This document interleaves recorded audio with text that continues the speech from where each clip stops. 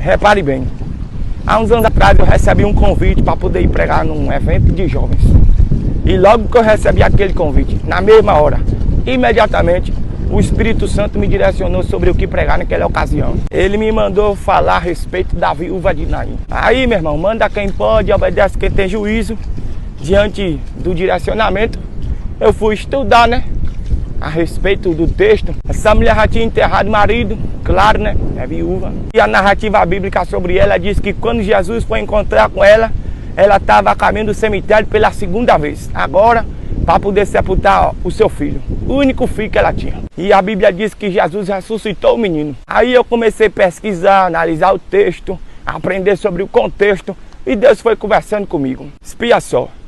Naquela época a sociedade funcionava debaixo de uma construção patriarcal muito rigorosa. As mulheres não tinham vez e nem tinham voz. As mulheres eram ensinadas que sem um homem elas não seriam ninguém.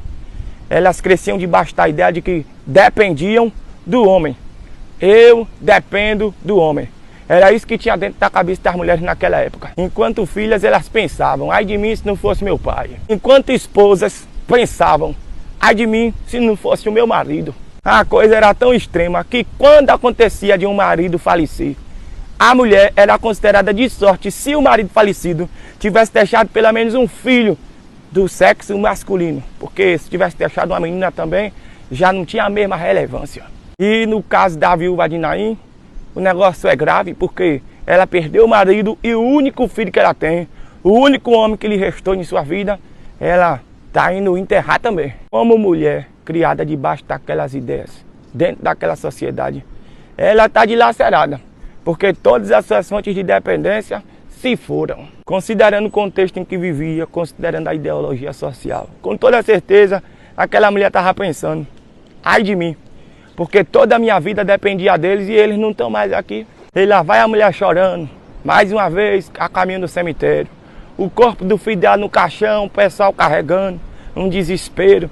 E ela toda arrebentada, toda angustiada, se sentindo um nada. Aí de repente Jesus aparece diante do cortejo, manda parar tudo, se dirige até aquela mulher e diz para ela, não chore não. Agora como é que diz para uma mulher numa situação dessa não chorar?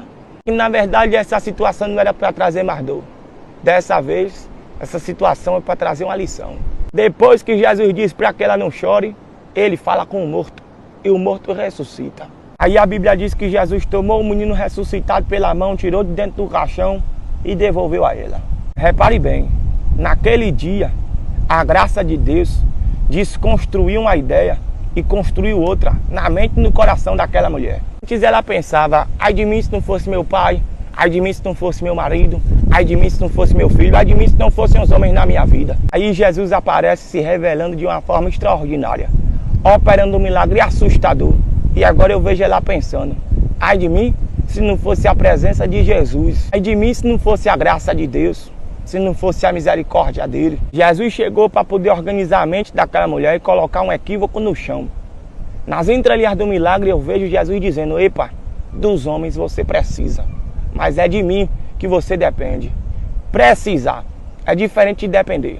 Não confunda as coisas não. Você precisa do seu marido, mas é de mim que você depende. Você precisa do seu filho, mas a sua fonte de dependência sou eu. Você precisa de amigos, mas se te rejeitarem, se te traírem, se te decepcionarem, você depende de mim. E eu sou seu amigo de todas as horas. Você não vai morrer por causa da ausência de alguém amado que partiu. Você não vai morrer de dor, nem de solidão. Tampouco vai afundar no mar da depressão por causa da partida de alguém, por causa de rompimento, de quebra de aliança, de traição, abandono. Das pessoas você precisa, mas é de Deus que a sua vida depende. E o nosso problema é que a gente faz confusão a respeito disso.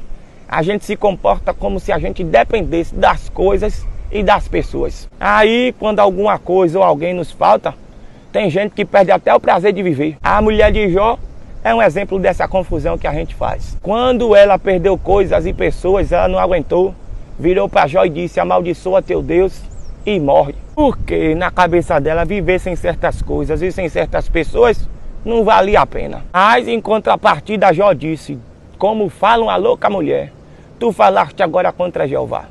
Você aceitou o bem com prazer e o mal você não pode aceitar. no sair do ventre da minha mãe, no tornarei para lá. Bendito seja o nome do Senhor.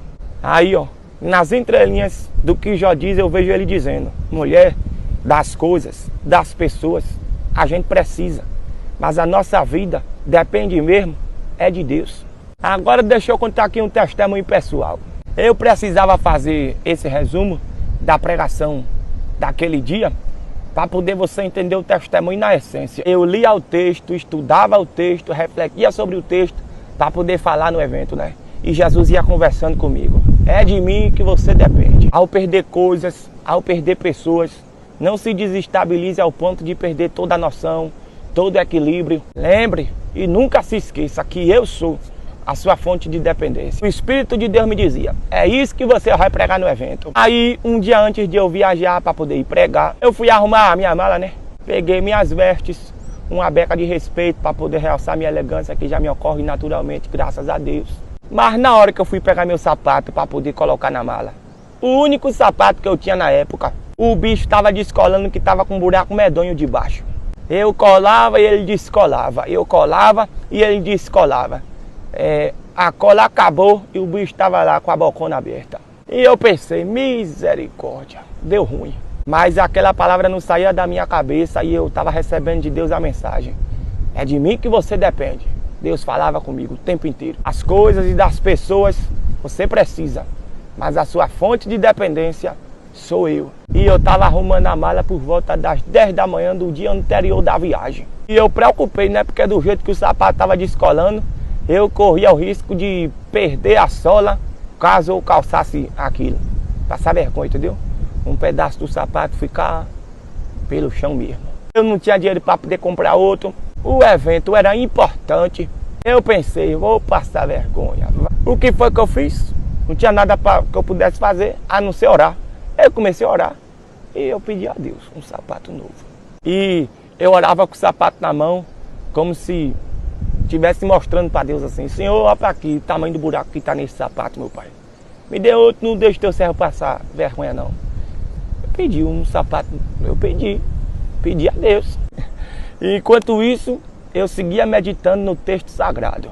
A preocupação com o sapato que ia se rasgando não era maior do que o peso de glória da palavra que Deus estava me revelando para poder eu pregar lá no dia do evento. Eu ouvia o tempo inteiro o Espírito de Deus dizendo: é de mim que você depende.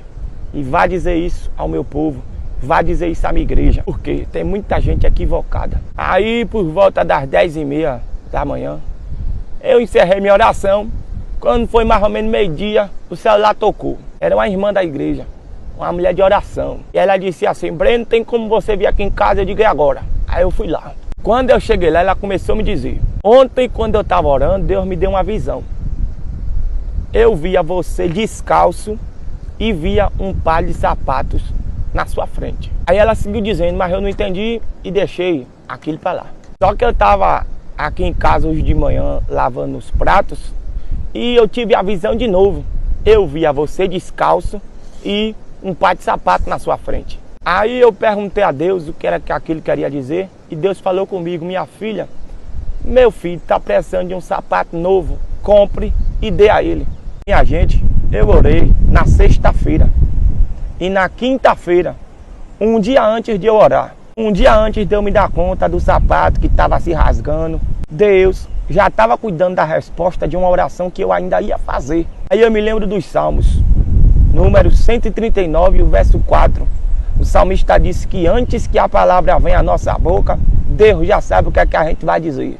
Eu orei na sexta-feira, mas Deus já tinha falado com ela na quinta e sábado, no dia de eu viajar de manhã cedo, eu estava colocando um sapato novo dentro da mala para poder chegar elegante no evento, não passar vergonha.